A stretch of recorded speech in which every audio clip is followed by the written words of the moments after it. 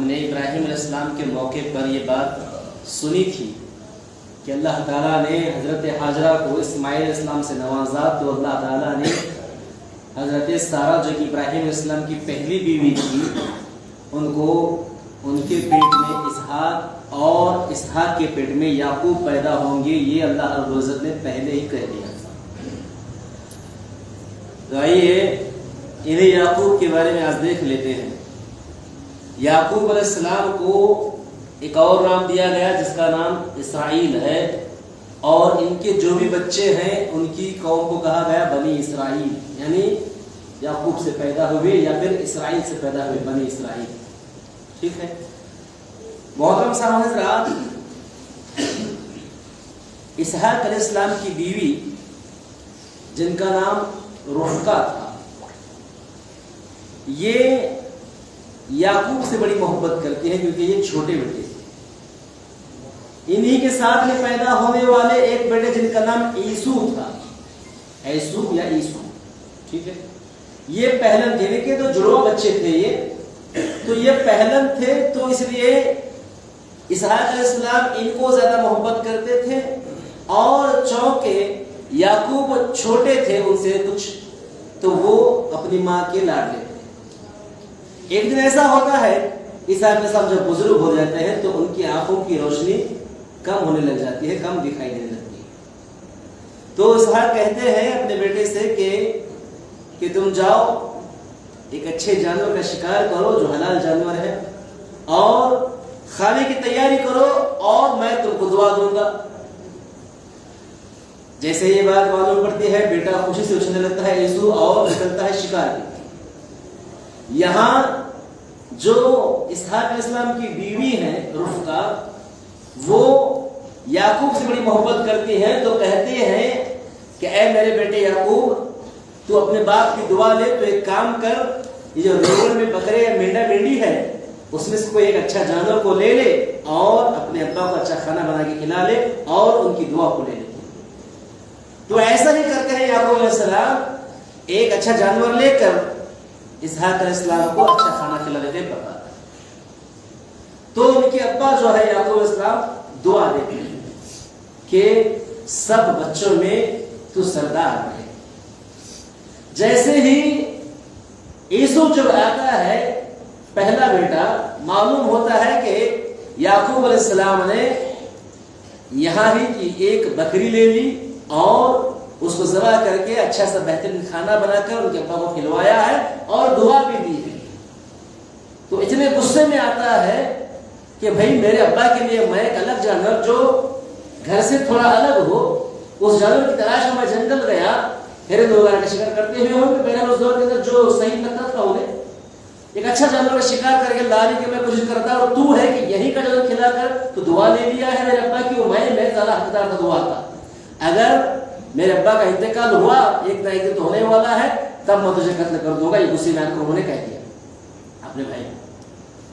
بعد میں آپ کو یہ صحابہ سے معلوم پڑتا ہے کہ دعا ان کو ملی تھی، لیکن سب سے زیادہ محنت عیسو نے کی ہے، جنگل جا کر شکار کیا ہے۔ تو کہتے ہیں کہ اے میرے بیٹے عیسو، اللہ تجھے بھی سلامت رکھے، اور تیری تمام اولاد کو اللہ تعالیٰ زرخیز زمین دے، اور اس میں سے بہت ہی اچھے پھل اور بہت ہی اچھے فصل نکلے، ان کو بھی دعا دیتے ہیں۔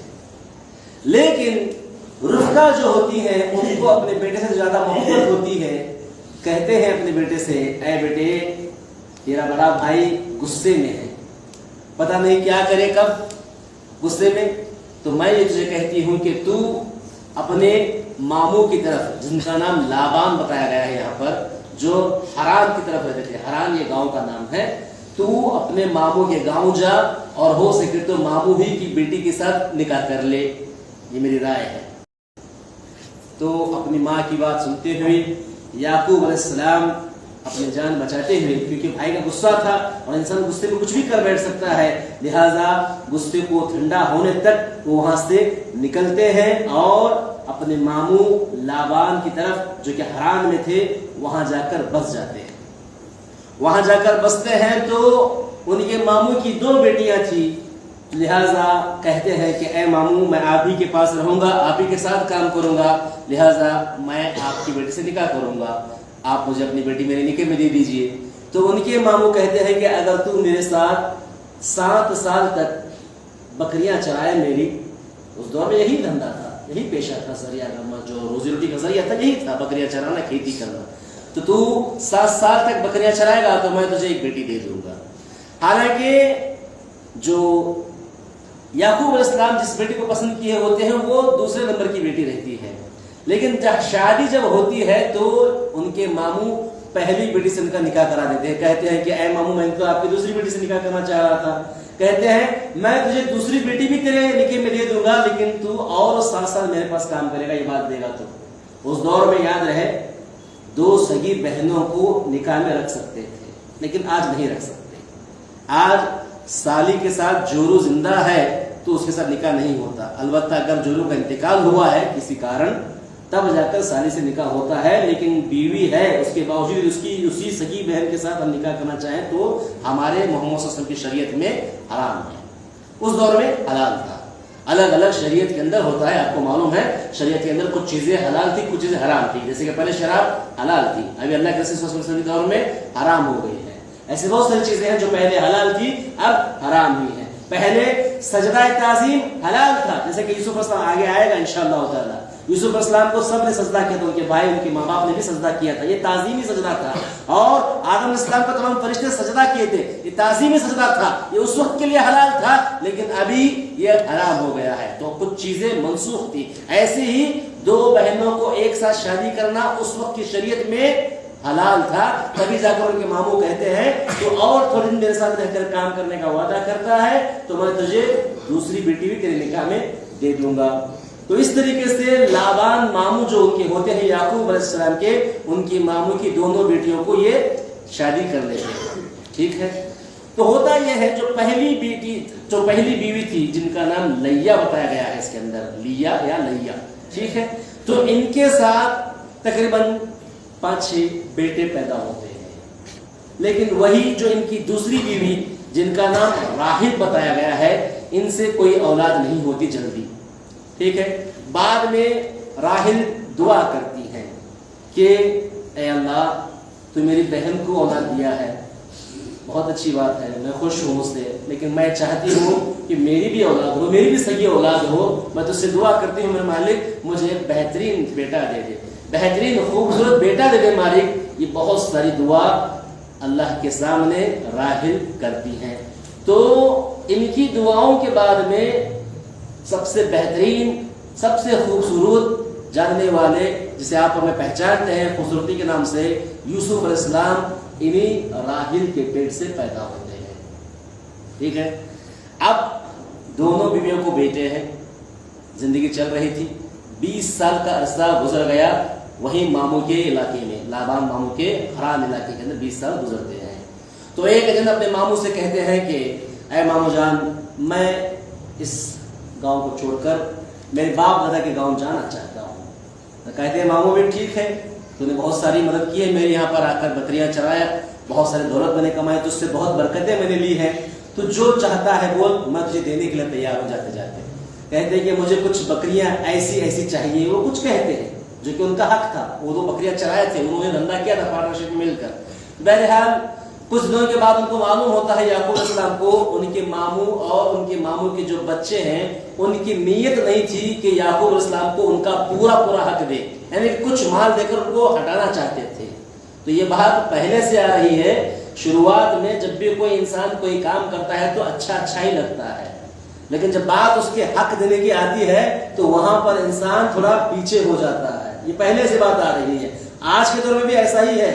کوئی انسان کسی گھر میں بچپن سے کام کرتے رہتا ہے, لیکن جب بات بڑا ہوتا ہے وہ اپنے گھر جانا چاہتا ہے تو وہ اسے نہیں ملتا. وہ کچھ بہت ساری باتیں ہیں, آپ مجھ سے زیادہ سمجھ سکتے ہیں, اس کے بارے میں مثال دینے کی ضرورت نہیں ہے, یہ پہلے سے چلتے آ رہا ہے. تو یہاں یعقوب علیہ السلام کے ساتھ میں ایسا ہی ہوا. محنت کی بہت محنت کی, لیکن جتنا ان کو ملنا تھا اتنا نہیں مل سکا. تو اللہ تعالیٰ نے بھی وحی کی, اے یعقوب اب تیرا یہاں رہنا صحیح نہیں, تو نکل جا تیرے باپ دادا کے علاقے میں, اور تجھے وہاں پر بہت کام کرنا ہے. لہٰذا یعقوب علیہ السلام